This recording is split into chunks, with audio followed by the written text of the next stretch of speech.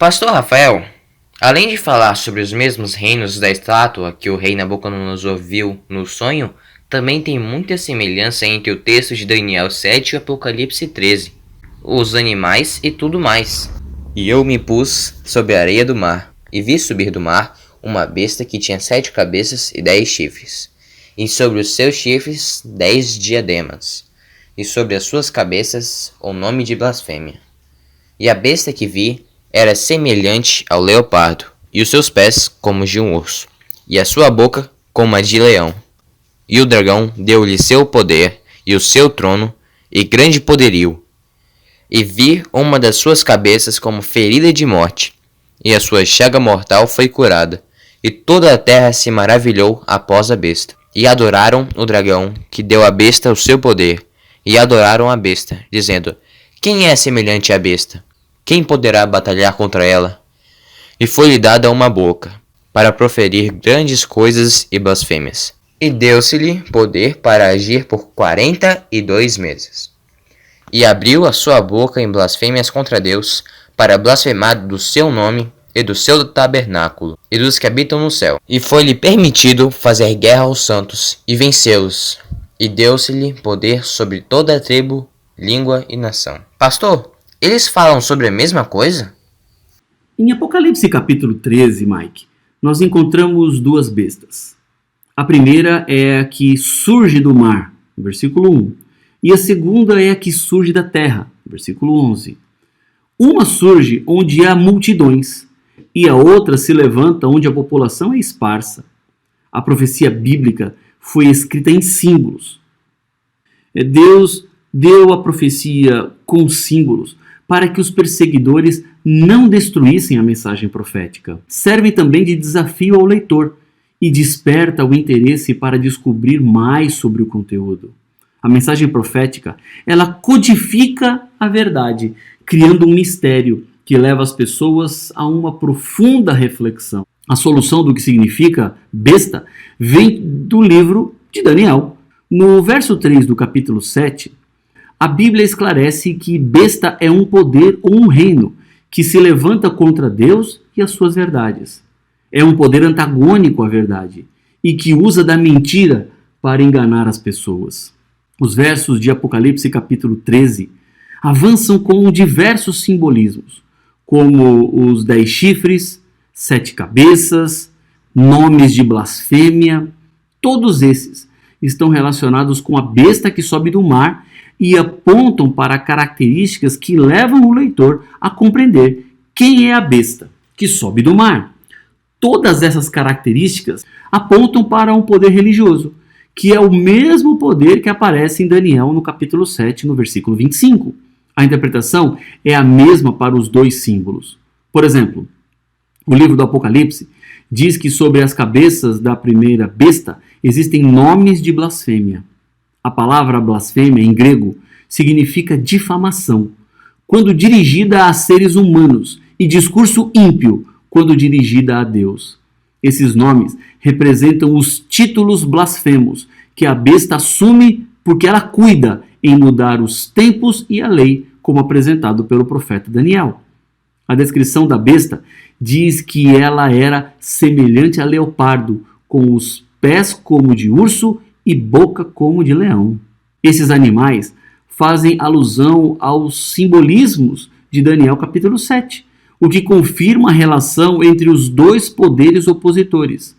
A besta do Apocalipse possui características proeminentes de Babilônia, Pérsia e Grécia. João menciona os animais na ordem contrária que aparece em Daniel, pela sua perspectiva histórica e não futurística, como no caso de Daniel. Por trás disso tudo, sempre esteve a mão do dragão que, depois de tentar destruir a igreja, através da perseguição, mudou a sua estratégia porque não estava conseguindo seu objetivo. Mesmo debaixo dos intensos sofrimentos da fé, os cristãos continuavam crescendo. Por isso, Satanás criou um sistema religioso com aparência de verdade, mas com todos os elementos da falsidade. Por trás de uma organização supostamente cristã, seria mais fácil difundir a mentira do que por um sistema declaradamente pagão. Uma das cabeças da besta sofre um golpe de morte, diz Apocalipse capítulo 13, versículo 3. Mas segundo a Bíblia, essa ferida mortal foi curada. Essa profecia se cumpriu no dia 20 de fevereiro de 1798, quando o general Berthier, a mando de Napoleão Bonaparte, invadiu Roma e declarou o fim do domínio político do papado, com a captura do Papa Pio VI, assim finalizando temporariamente a supremacia da Igreja.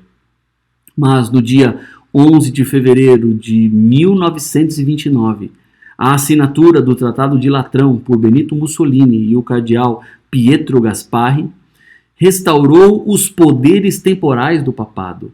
Desde então, o papado trabalha para reconstruir sua força política de outros tempos. Depois disso, é que a profecia bíblica diz que toda a terra se maravilhou.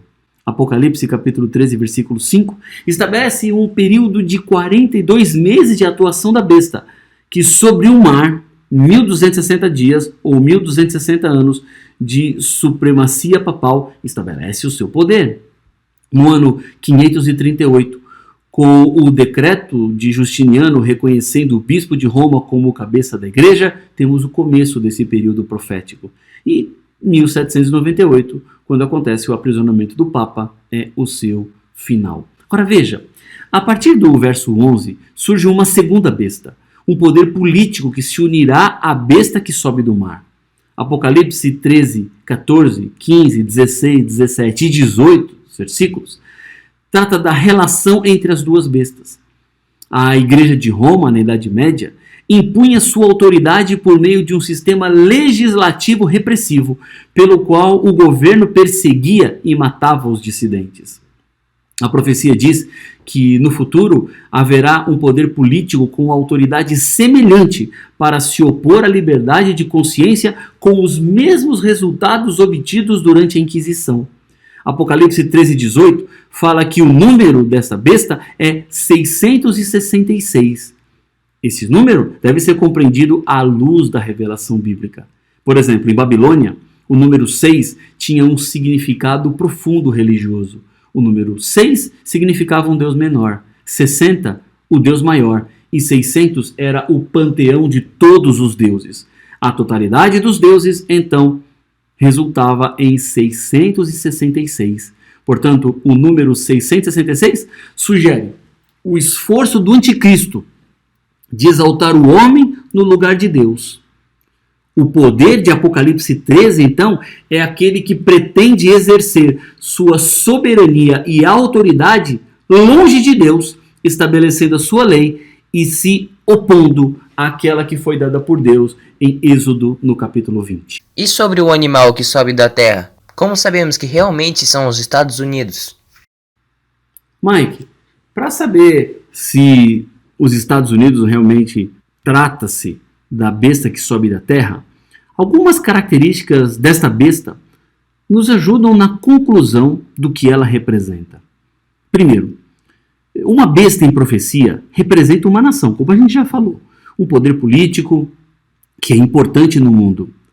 Lembre-se que besta na Bíblia não é necessariamente um termo negativo ou uma ofensa, mas uma palavra para se referir a um animal com essas características. A besta que tem chifres semelhantes à de cordeiro, que foi vista subindo da terra e não do mar, porque mar significa meio de povos. Em vez de mudar outras potências para estabelecer-se, a nação representada ela surge de um território previamente desocupado, crescendo pacificamente. A nação do mundo, que em 1798 ascende ao poder de um lugar que ainda era pouco habitado, representa os Estados Unidos da América. Os chifres semelhantes aos do cordeiro indicam juventude, inocência e brandura. Entre aqueles que foram exilados cristãos, que fugiram para a América, escapando da opressão real e da intolerância dos líderes religiosos, haviam muitos que se decidiram estabelecer liberdades civis e religiosas. A Declaração da Independência, por exemplo, estabeleceu a verdade de que todos são criados iguais e dotados de direito à vida, liberdade e à procura de felicidade. A Constituição americana garante ao povo o direito de governar-se a si próprio, estipulando que os representantes eleitos pelo voto do povo são aqueles que administram as leis. Foi também assegurada a liberdade de fé religiosa. Portanto, esta primeira característica já dá um forte indício. Mas há uma outra. A besta da terra também representa um poder político. E os Estados Unidos são esse poder político. A besta da terra tem autoridade global e é uma superpotência mundial. Os chifres, semelhantes aos de cordeiro e a voz de dragão, indicam uma contradição e prevê um espírito de intolerância e perseguição à nossa frente, como manifestados na época mais escura da Terra, conhecida como Idade Média. Diz a Bíblia que a besta faz com que a terra e seus habitantes adorem a primeira besta, indicando uma autoridade dessa nação exercida no sentido de impor respeito e reverência ao poder religioso e todos os seus aliados. A besta da terra é um poder do tempo do fim. Forçará todas as classes de pessoas a receberem certa marca sobre a mão direita ou sobre a fronte, para que ninguém possa comprar ou vender, senão aquele que tem a marca ou o nome da besta. Portanto, só pode ter esse poder se for de natureza política. Somente uma nação do mundo se encaixa em todas essas especificações, os Estados Unidos da América. Não há outro candidato, porque eles são uma superpotência do tempo do fim e cumprem essa especificação da profecia. A Idade Média da história europeia foi um tempo de supremacia da religião romana. O bispo de Roma, ele tinha poder de estabelecer e remover reis, e era dever dos governos europeus impor a doutrina e a ordem moral do papado. A maioria das pessoas conhece as severas perseguições que ocorreram por causa da Inquisição, incluindo a execução de hereges por métodos tão cruéis que incluíam queimar vivas as pessoas em estacas. Contudo, eles geralmente em si não executavam os hereges. Os tribunais religiosos ouviam as acusações contra o réu e davam a sentença para que os que foram considerados culpados fossem assim punidos pelo Estado, que era o braço direito da igreja.